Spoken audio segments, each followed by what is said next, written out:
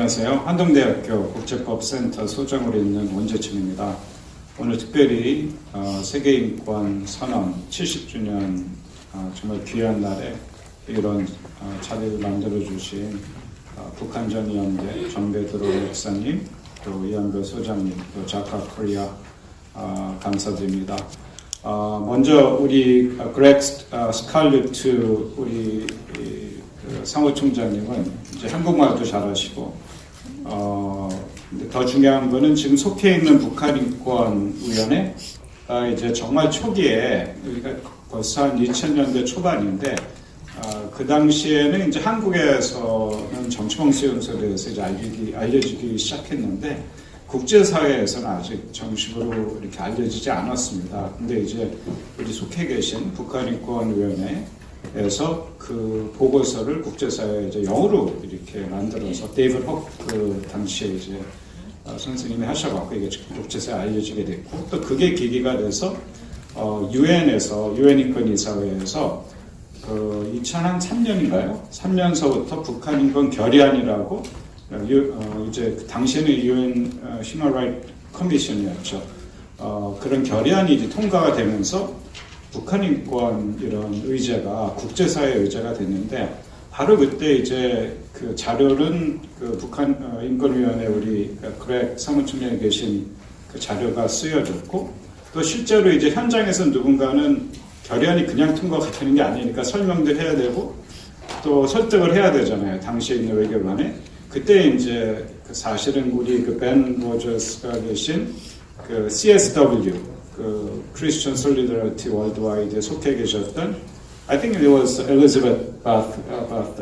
거기에 있는 이제 그 당시에 이제 연구원이셨던 엘리자베스 연구원이 그 이 결의안을 위해서 노력을 해주셔갖고 그때 이제 외국 분야로서는 CSW 분이 계셨고 그리고 한국에서는 북한인권 시민연합 팀들이 가서 이렇게 로비를 하고 결의안이 통과되고 그런 일이 있었습니다. 그래서 또 물론 이제 또 우리 이완영 교수님은 정말 초기에서부터 탈북자분들을 보호하고 또 이런 일을 지금까지 해주셔서 정말 감사하고 오늘 이런 자리가 지금도 이렇게 오고 있지만 또 앞으로도 계속 될 거라는 것에 대해서 말씀드리고요. 그동안 많은 북한 그 인권 그 이슈가 국제사회 의제도 됐지만 이제는 아주 구체적인 해결책까지 말을 하고 있다. 오늘 이제 그 부분을 좀 약간 제가 나누고자 합니다. 지금 이제 보통 무슨 일이 일어났을 때 이거 어떻게 하지? 그런 질문들을 하시잖아요. 근데 어떻게 할 수 있는 방법이 없는 거하고 방법은 있는데 안 하는 거하고는 차이가 있죠. 밥을 있는데 안 먹는 거하고 밥이 없어서 못 먹는 건 차이가 있죠. 10년 전에는 북한 인권에 대해서 이렇게 저렇게 얘기가 있었지만 실제로 할 수 있는 일들이 많지 않았어요. 제도상. 근데 지금은 밥이 있어요. 예를 들어 우리나라에서는 북한 인권법이 있죠.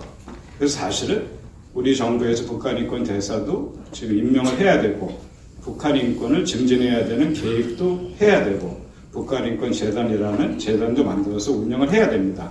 그리고 현재 그 통일부에서 만든 그런 그 내용을 보면은 북한 주민이 북한 인권의 주체가 돼서 그 북한 인권을 증진시킬 수 있는 그런 일을 하게 써 있어요.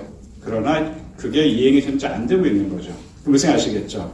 그래서 이행을 하면 됩니다. 마찬가지로 지금 이제 그럼 여기서 우리가 이렇게 뭐 북한 인권 얘기를 과연 하는 게 맞는가? 북한에 뭐 그들의 또 나라가 있는데 우리가 감히 뭐 이렇게 저렇게 얘기하는 게 맞는가? 그렇게 또 생각을 하시는 분들 계시겠어요. 하지만 아시다시피 이제 북한도 국제사회에서 이제 여러 조약에 가입되어 있습니다. 그게 무슨 얘기냐면 조약이라는 게 약속을 해요. 계약식으로 가입하면 이런 거 지키겠습니다. 그럼 북한이 무슨 조약에 들어가 있냐면은 아까 이제 그렉 사무총장 말씀하셨는데 시민적, 정치적 권리 규약의 자유권이라 그러는데 뭐 고문을 안 하고 또 여러 가지 그런 강제로 사람을 잡고 죽이지 않는다 그런 조약인데 거기에 가입이 1981년서부터 되어 있습니다. 또 우리가 얘기하는 이제 사회권 규약, 또 중요한 거 아동 권리 규약. 우리 어린아이들이 지금 정치범죄소용소에 죄를 짓지 않은 연좌제 때문에 갇혀 있잖아요. 그런 거는 이런 규약에 어긋나는 거죠. 위반을 하는 건데 북한이 거의 가입이 돼 있어요. 그리고 여성차별 철폐규약, 여러 가지 아까 말씀하셨는데 여성 가정폭력이라든지 그런 모든 부분도 북한이 가입이 돼 있고, 또 최근에는 2017년에는 유엔 장애인 권리 협약에 북한이 가입을 했습니다. 이건 상당히 긍정적인 거예요. 이런 것들이 이제 가입을 한 게 무슨 뜻이냐면은 또 북한에 이제 기준이 생기는 거고, 또 뭐 실제로 이행이 되진 않으든 북한법을 또 만듭니다. 그래서 북한 내에 아동법도 있고, 아동보호법, 여성보호법, 장애인보호법 그런 것들이 만들어져 있어요. 그러니까 사실은 이제 이런 거예요. 북한이 제발 북한법을 지켜주세요. 또 북한이 약속한 거를 지켜주세요. 그런 건 얘기할 수 있죠.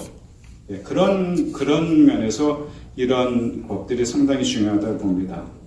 그리고 제가 저의 토론문이 여기에 좀 적혀 있는데요. 그냥 보시면 되는데, 그리고 이제 3번 유엔 인권이사의 그냥 정리를 요점 정리만 하셨으니까 나중에 보시면 되겠는데, 여기서 지금 이게 또 하나의 컨퍼런스가 아니라는 게 뭐냐면은 국제사회에서 유엔에서 이건 좀 문제가 있다. 그래서 특별조사위원회를 마치 우리나라의 국정조사위원회 국회에서 만들고 하는 식으로 특별조사위원회가 COI고 거기서 보고서를 제출을 했습니다. 2014년에.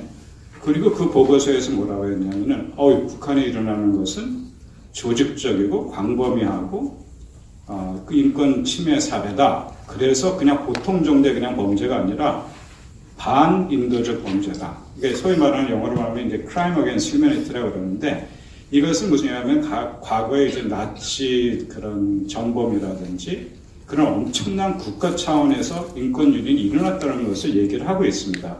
그래서 이제 두 가지를 얘기하는데, 그래서 결론적으로 아주 요 보고서에서는 유엔 안보리에서 이 사건을 국제형사재판소에 회부를 해야 된다. 지금 국제형사재판소는 다 이런 인종 멸절이라는 제너사이드라는 그런 걸 하잖아요. 그거를 지금 공고를 하고 있습니다. 그래서 사실은 만약에 유엔 안보리에서 내일이라도 회의를 해서, 모르죠. 지금은 중국이나 러시아 때문에 그럴 일이 없다고 하지만, 또 사실 러시아가 소련이 있었지만 유엔군이 그때 유엔 안보리에서 결의안을 해서 우리 한국 전쟁 때 유엔군을 보내줬죠. 그래서 이건 아무도 모르는 일이에요, 사실은. 저는 그렇게 생각을 해요. 할 수 가능성이 조금밖에 없다는 거하고 전혀 법적으로 그게 가능하지 않다는 거 완전히 다른 얘기죠. 무슨 얘기 아시겠죠? 그래서 그런 것을 정확히 COI에서 규명을 해줬고 국제에서 얘기를 해줬고, 그게 이제 이런 유엔 인권이사회뿐만 아니라 우리로 말하면 이제 국회겠죠. 유엔 총회에서도 이게 계속 결의안이 그냥 북한이 나쁩니다, 그 정도가 아니라 그냥 이런 문제는 똑같이 반인민주적 범죄이기 때문에, 반인도적 범죄이기 때문에 유엔 안보리가 국제형사재판소에 회부를 해야 됩니다. 그런 결의안이 계속 나오고 있습니다. 무슨 아시겠죠? 그러니까 이게 지금, 그리고 그 다음에 이제 쭉 가셔서 하나 더 중요한 얘기를 해드릴게요. 이제 이게 5번에 보면은 쭉 내려가면 반인도적 범죄 구성 요건, 형사재판소였고, 그 다음에 쭉 내려가면 이제 27페이지 보시면 보편적 관할권이라는 게 써 있어요. 그거를 제가 설명을 해드릴게요. 그게 무지하게 우리한테 중요한 건데요. 보편적 관할권이 뭐냐면, 이제 예를 들어 우리나라에서 만약에 아프리카에 지금 누가 막 자기네 국민을 엄청나게 죽인 사람이 있다고 봐요. 제네사이드 저지른 사람이 한국에 여행을 왔다고 봐요. 만약에. 그러면 한국에서 그 사람을 잡아서 처벌할 수가 있습니다. 그걸 뭐냐면 보편적 관할권이라 그래요. 영어로 말하면 이제 유니버설 주리스디션이라 그러는데, 근데 이제 제가 이렇게 찾아보니까 우리나라의 형법에도 그걸 이제 세계주의라 그래요. 그게 형법에 제296조 2항에 우리나라의 이런 범죄는 세계주의를 우리가 도입한다. 그게 어떤 범죄라고 하냐면 인신매매, 약취, 유인, 그러면 이제 거기 강제 노동이라든지 그런 게 다 들어가요. 그러면 실제적으로 무슨 얘기냐면은 이거는 이런 짓을 저지르는 사람이 남미에 있든지 아프리카에 있든지 뭐 우리나라에 그냥 비행기를 뭐 갈아타러 아니면 뭐 서울에 경복궁 구경으로 왔으면은 우리나라 검찰이 이 사람을 체포해서 경찰이 우리나라 법정에 세울 수 있습니다. 전혀 우리나라 사람을 다치지 않게 하더라도 무슨 아시겠죠? 자, 그 무슨 얘기예요? 그러면 지금 요즘에 이제 미안한 얘기일 수도 있지만 그냥 저는 법대로 대한민국 법을 지금 말씀드리는 겁니다. 이걸 이행하고 안 하는 것은 지금 대통령이고 검찰이고 법무부고 경찰이 이행을 하고 안 하는 거죠. 그렇게 되면 자기의 의무를 물론 지키고 하는 건 이제 본인들의 책임은 본인들이 지는 거겠죠. 그러면은 북한에서 어떤 분들이 방문을 했었다. 근데 만약에 정치범 수용소라든지 뭐 인신매매라든지 강제 납치라든지 또 기독교인들을 말살하는 거에 대한 책임을 주거나 그거에 명령을 내린 사람들은 어떻게 될 수 있다? 우리나라에서 우리나라 헌법 이게 뭐 제가 말씀드리는 것은 뭐 북한이 뭐 우리나라 땅 그런 얘기가 아니라 그건 또 당연히 또 적용이 되는 거지만 그런 얘기가 아니라 외국 사람도 그런 판이니까 이런 사람이 우리나라에 오면 어떻게 돼요? 이 세계주의 그런 형법에 따라서 처벌을 받을 수 있는 것입니다. 무슨 아시겠죠? 그래서 이게 왜 반인륜적 범죄 같은 게 중요한 게 뭐냐면 보통 이제 옛날에 보면은 무슨 사람이 물건을 훔친다든지 그런 것들은 평생 처벌하지 않잖아요. 한 뭐 10년이든 20년이 되면 그냥 그다음에 그 정도 되고 이제 끝내주는데 반인륜적 범죄는 공소시효가 없습니다. 영원히 처벌을 받게 돼 있어요. 그 생각하시겠죠? 그래서 물론 이제 남북이 교류를 하고 우리가 여러 가지 경제적인 것들 교류를 하겠죠. 하지만 지금 여기서 우리가 얘기하는 것은 그냥 정치가 아니라 인권은 피해자가 있는 거잖아요. 그렇죠? 피해자 가족이 있고 가해자가 있는 거잖아요.